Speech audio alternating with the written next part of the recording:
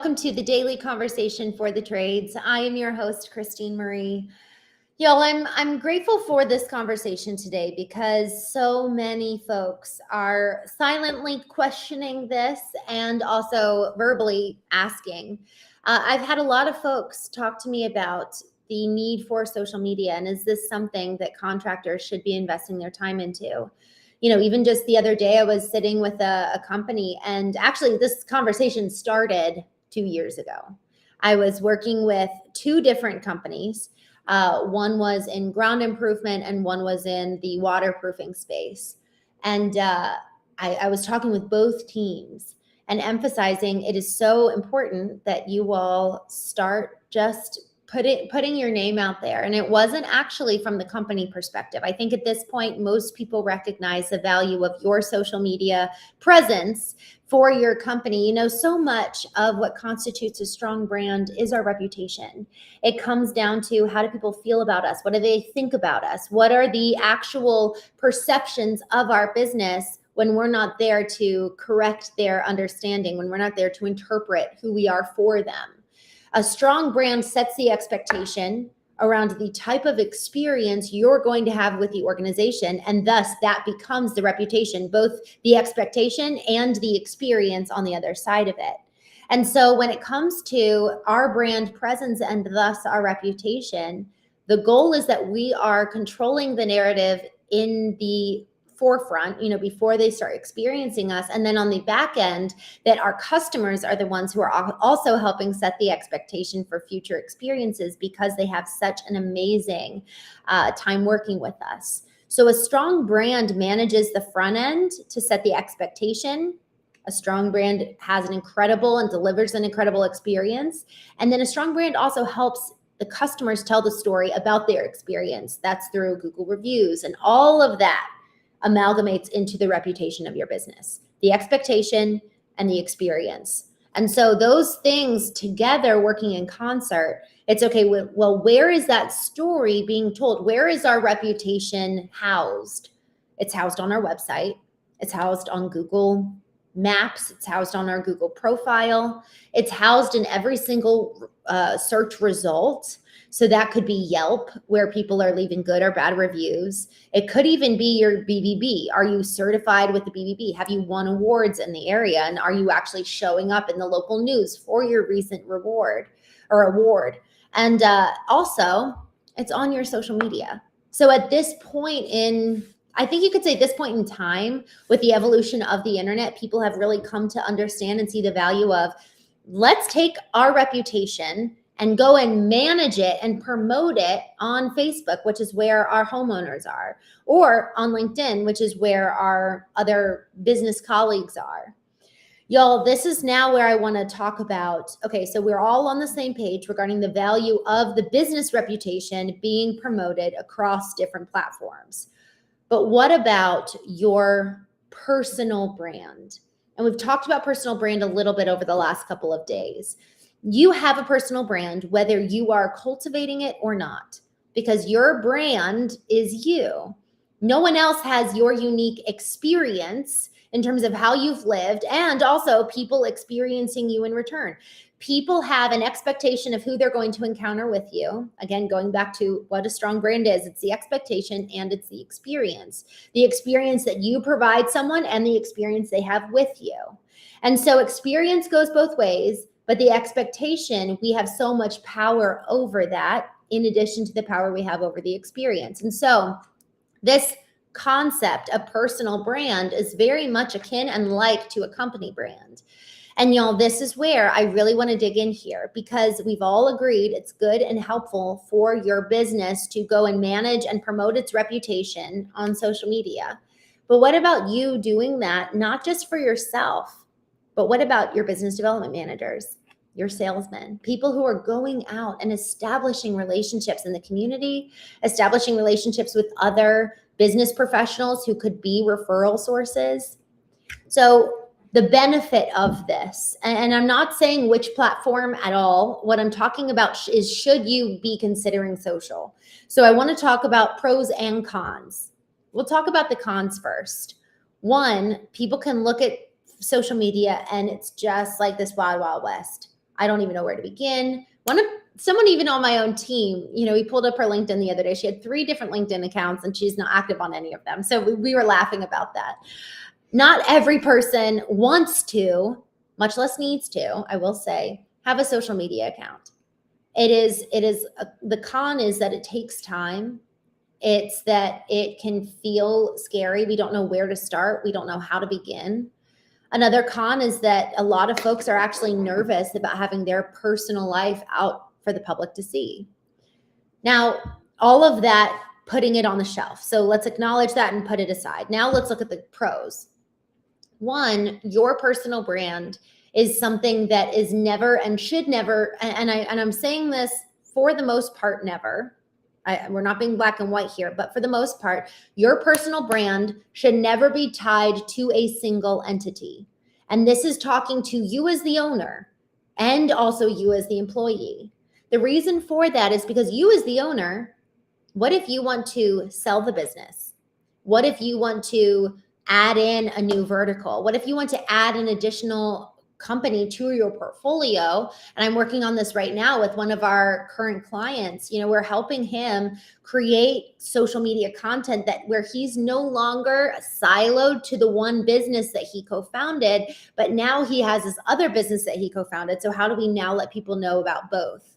So the more we isolate ourselves into a category or into a business company, then we're consistently unable to then go into new verticals, add on new service. It's pigeonholing us. So there's benefit of us thinking in a holistic way in terms of the pros to, I actually want to establish a personal brand rather than just saying, oh, I work for this company. But if I establish who I am, if I establish what I'm interested in, if I establish what my values are, if I establish why I'm doing this industry in general, if I establish even kind of my own personal stories that have gotten me to this point today, all of that, people are establishing a relationship with you, not just the company you work for.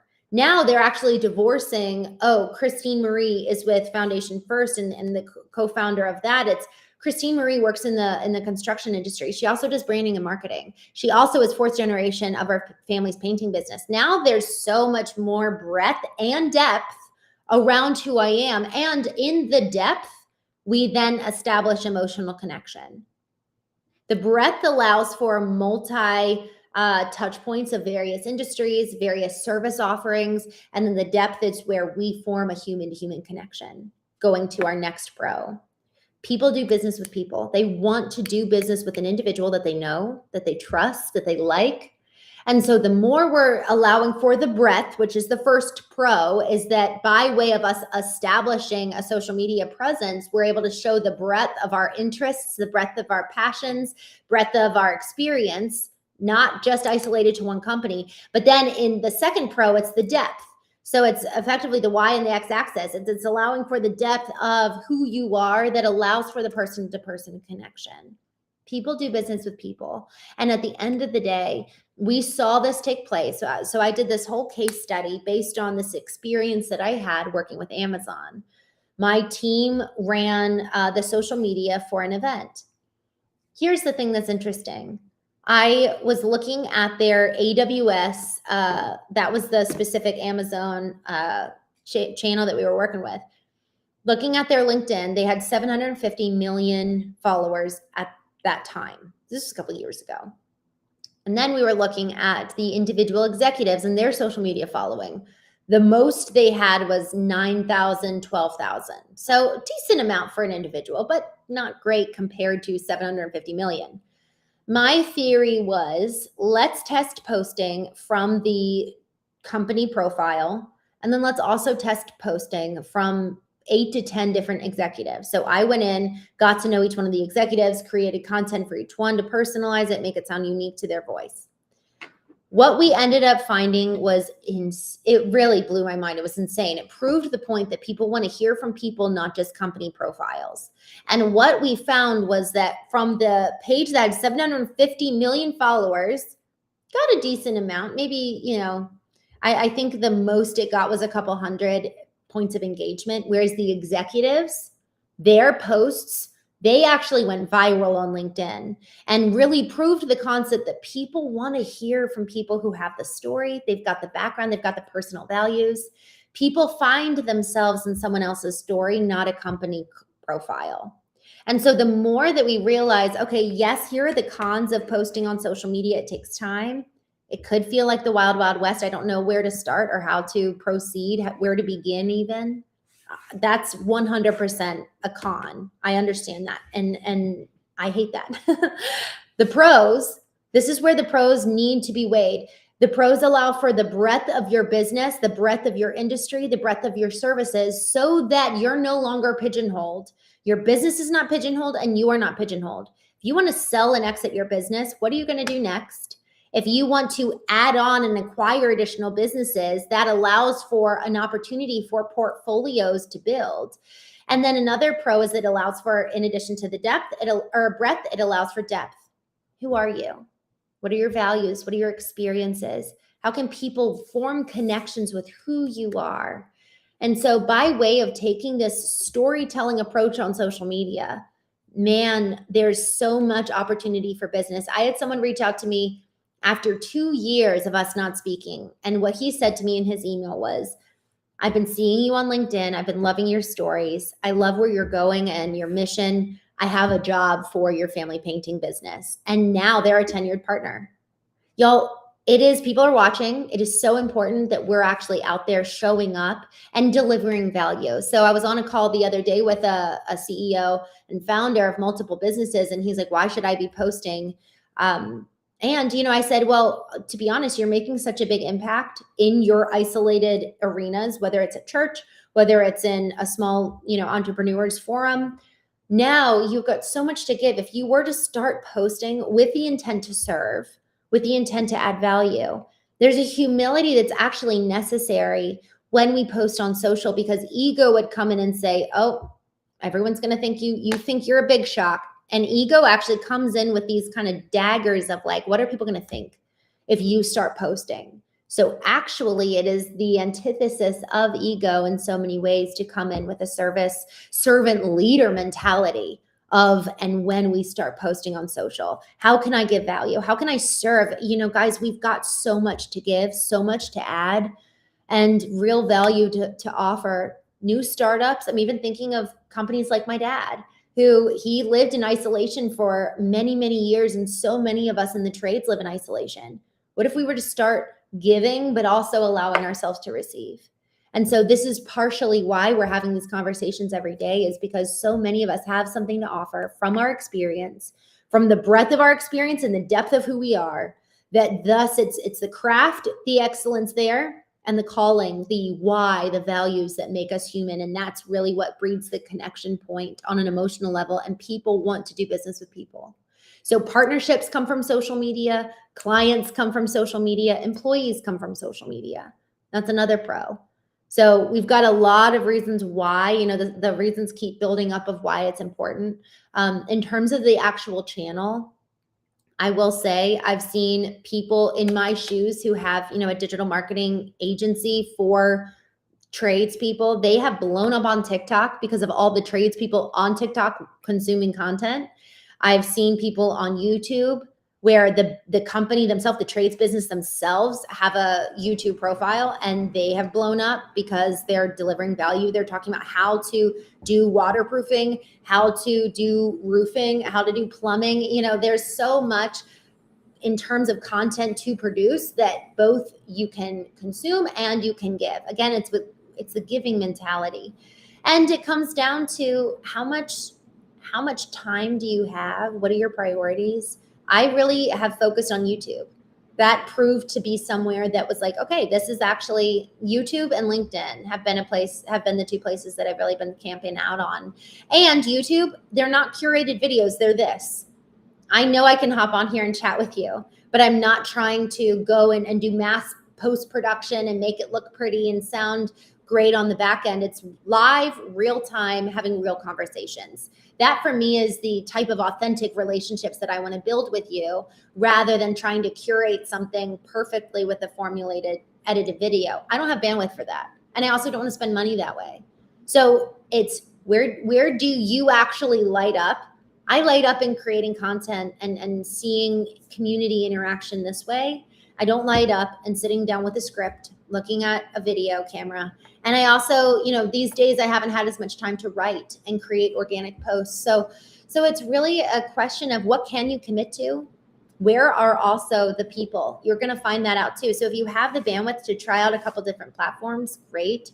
But so many of us, it's a time problem. And I have found that either I've got a car mount for my phone, and I will sometimes record a video while I'm driving. Sometimes I'll go live while I'm driving. And then otherwise, I've got time every single day where I sit down and do these shows. And again, the goal is to serve. And so if we have a heart of service, where are our people? Where can we serve them, and how can we serve them in a way that actually is not stealing from us in terms of our energy, but it's actually giving to us in return because it is blessed to give. And so in this conversation, I want us to be thinking in that regard. Y'all, thank you so much for joining. I promised that these wouldn't go over 15 minutes. I'm at 16 minutes and 3 seconds, so I'm going to hop off. Have a wonderful day. I will see you tomorrow as we talk more about trades in the construction space. See you then.